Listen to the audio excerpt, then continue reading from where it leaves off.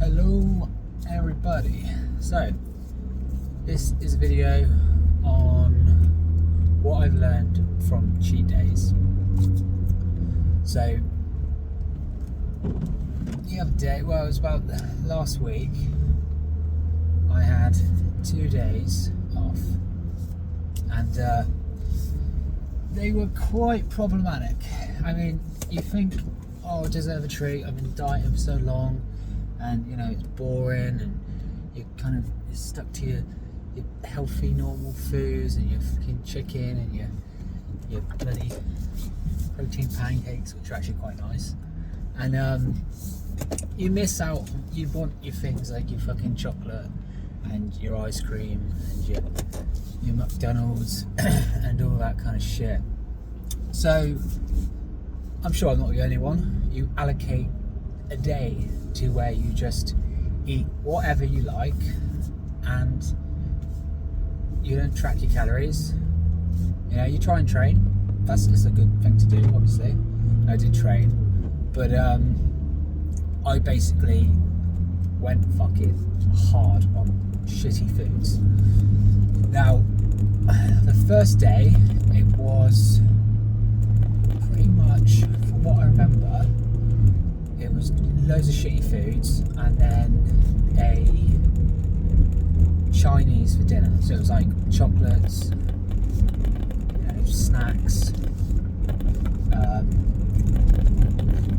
bars, bar of chocolate, just very high calorie, sugary, fatty foods. And obviously Chinese, absolutely loads of sodium.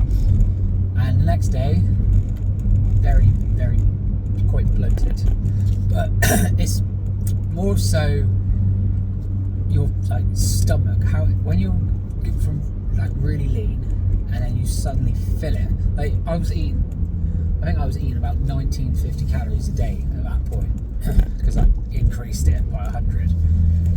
And when I went on that obviously cheat day, it was considerably larger, like maybe in the up region of 5, 6, maybe 7,000 calories. I don't know, I didn't track it, but you think from putting 1950 calories a day in your body to then suddenly in one day like over 5,000, the impact that's going to have on your gut and everything else, like everything inside your body suddenly have to process that.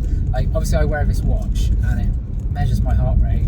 My heart rate was extremely elevated the whole day eating all that shit, and I did my blood pressure on the Saturday, which was because I did it on Friday as well, ate shit, and the Saturday I did my blood pressure and it was fucking high. It was like 140 over 70, and usually it's pretty good, it's in the 120s. I'd like to get it lower, but that's where we are. So not only is my stomach feeling like shit, not only have I put loads of fucking calories in my body that I've now got to burn off, but I've also raised my blood pressure. So I've literally put my health at risk. Not to mention, you know, maybe the effects on cholesterol. It's probably not going to make much of a difference in the short run, but it's all there. It's all in my body, having to process. My heart is working harder to have to process, digesting all of these shit foods. Now, obviously, a lot of it, not a lot of it, but the beginning for carbohydrates will go into glycogen, fill those glycogen stores, make your muscle bellies nice and round, and fill you up, as well as the sodium. But the rest of it, that's sitting in your blood, and that's not getting burned off, is it? I mean, obviously you're burning off some because of the increased heart rate and the actual calorie expenditure of digesting those calories, because it burns calories to digest them, but that is no way near significant to actually offset the damage you're doing in these cheat days. Yeah, I'm sure everyone's cheat day looks different. I mean, I come from a history of personal here. I suffered with eating disorders, so a cheat day was a very common thing for me because I had a binge eating disorder. So that was literally a cheat day, like very often.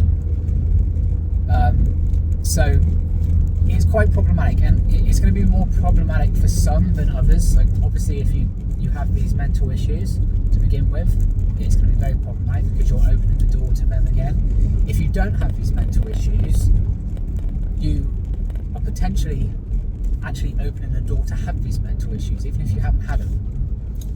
I mean, you hear a lot of bodybuilders that compete, they get down to show shape after the competition, they binge eat like fuck. And I've actually seen videos of them talking about developing eating disorders from this. So that is kind of what you're doing with these cheat days. You are opening the doors to all of this shit. And after the Friday, I did it all that again. Started off, went to the gym, and then I had a Mackey's breakfast. And don't get me wrong, it was fucking lovely. I had 3 sausage patties, extra cheese, extra egg, a lot of protein, a lot of fat, a lot of shit.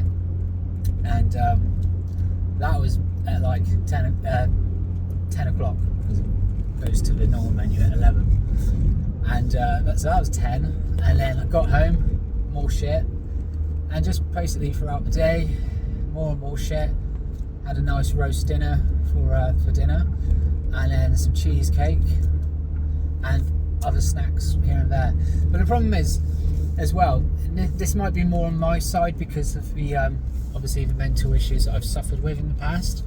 But I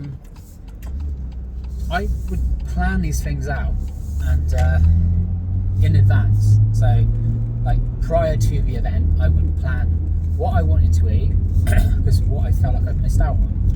What I wanted to eat, and get it in sometimes actually before the event, like way before, have it ready for the event. And this is very problematic behaviour. If you really look deep into it, you can see that it is kind of an issue. But it's after those 2 days, I not only felt like shit, I looked like shit as well. And I'm going to insert a picture and I'll put it there, and you can see I literally look pregnant. Fucking pregnant. Like walking around like that's painful. I put on 4 kilos of weight. I'm not saying 4 kilos of fat, just 4 kilos of everything sitting in my stomach, all the water, the salt, the blah blah blah, everything. That was 4 kilos heavier. That's like for other people 9 pounds, I believe. 9 pounds heavier in just 2 days. That's quite a substantial difference to be walking around 9 pounds heavier than you were to your system. Like, it's a lot. So basically, you also get the feelings of guilt. God, my voice is going crazy. I'm going over loads of bumps. You get those horrible feelings of guilt as well, and it's like, oh God, look at what I look like. Everything I've just worked for. Like, obviously, it's not all gone down the drain because you know your stuff. You know that you've not gained that much fat and suddenly got really fat in just a few days. But it's hard looking at yourself like that again. When you've been looking at yourself in the best shape of your life ever, and then suddenly to see yourself with a big fucking belly, it's like, what the fuck am I doing?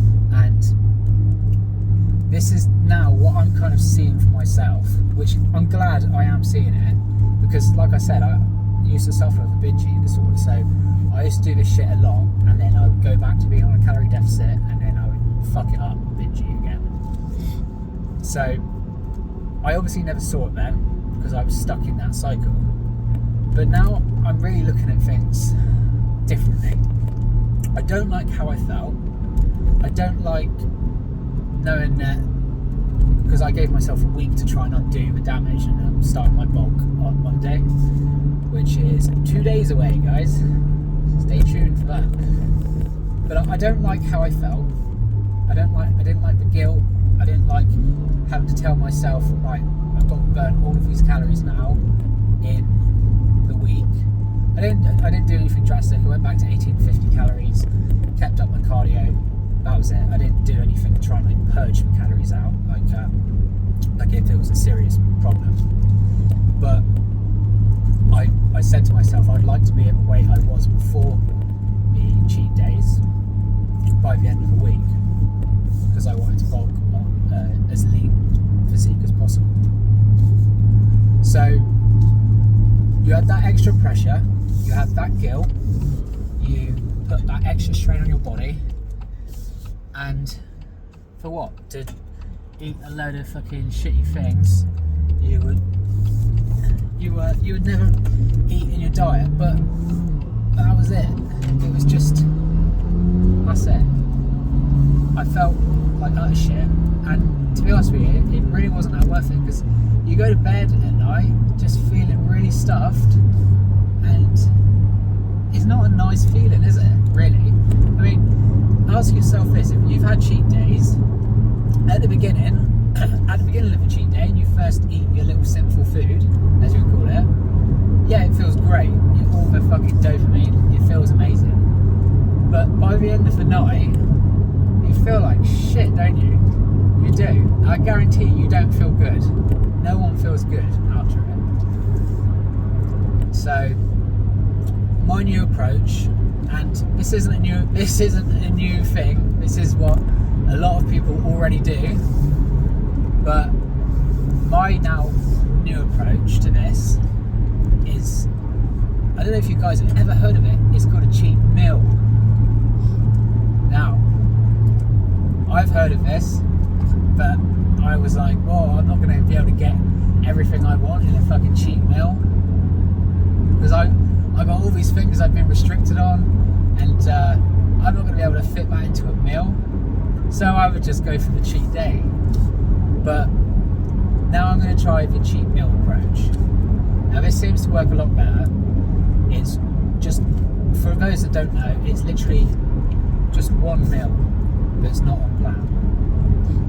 Now, that could be a takeaway, that could be spaghetti bolognese that your mum's cooked, that can be a nice fucking roast dinner. It doesn't matter what the meal is. Obviously, some will be worse than others, but it's one meal, one condensed amount of calories, rather than loads and loads and loads of calories throughout the whole day. So it's going to be quicker to polish off if you're in a dieting phase, and it's going to be much less guilt. It's going to be much less of a bad look the next day. You'll still probably get the glycogen effects, like all refilled, but you won't have massive amounts of spillover. So you'll feel better, your blood pressure is probably not going to rise as high, and you're going to polish it off quicker. Now, maybe when you have your cheat meal, you want to have a bar of chocolate as well, or half a bar of chocolate with your missus. That's completely fine as well. Maybe just have a cheat meal and one snack that you want, and leave it at that. Just leave it at that. And then assess the damage, assess it the next day, and then assess it over the next couple of days, and see how quick it balances itself out compared to when you have a whole cheat day, how quick it takes to balance that out. So try it for yourself. Don't just listen to me, just actually try it yourself and see how your body responds to this. But this is the new approach I'm going to take, and it's not necessarily when I'm bulking, it's going to be probably when I diet down again. So yeah, I hope this video helped you guys, and subscribe, like, and all that cool stuff. I will see you for the next one.